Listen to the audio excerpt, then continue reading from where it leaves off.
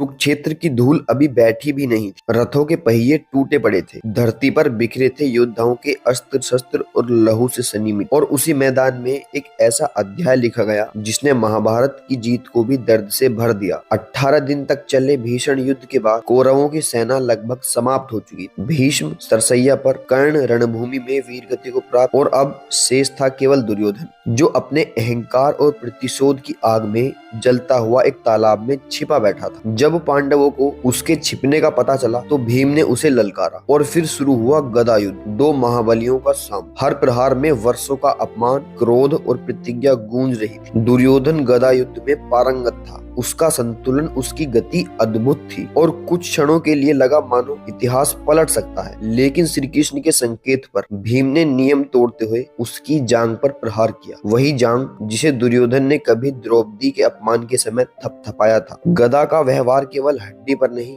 अहंकार पर पड़ा और दुर्योधन भूमि पर गिर पड़ा, टूटी जंघाओं के साथ, पर आंखों में अब भी जिद और घृणा की ज्वाला थी। वह हार चुका था पर उसका अभिमान नहीं टूटा था। वह धरती पर पड़ा पड़ा पांडवों को धिक्कारता रहा, उन्हें अधर्मी कहता रहा, और उसी क्षण इतिहास ने एक और मोड़ लिया, क्योंकि दुर्योधन की यह दशा देखकर उसके परम मित्र और गुरु द्रोणाचार्य के पुत्र अश्वत्थामा का हृदय क्रोध से भर उठा। रात गहराई, युद्ध समाप्त मान लिया गया। पांडव अपने शिविर में विश्राम कर रहे, उन्हें लगा कि अब सब समाप्त हो चुका है। लेकिन प्रतिशोध की आग कभी सोती नहीं।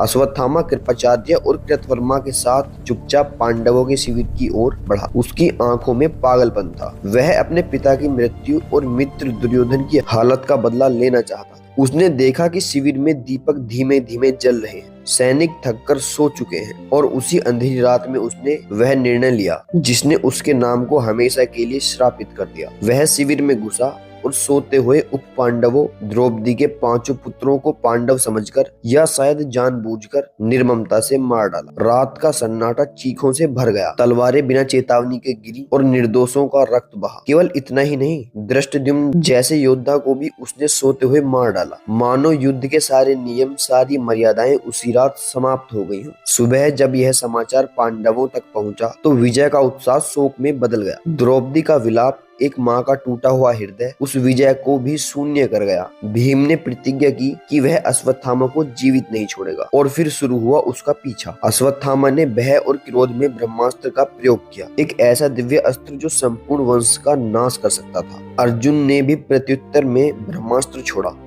और जब दो महाशक्तियां आमने सामने आईं तो प्रकृति कांप उठी, आकाश में अग्नि की लपटें उठी।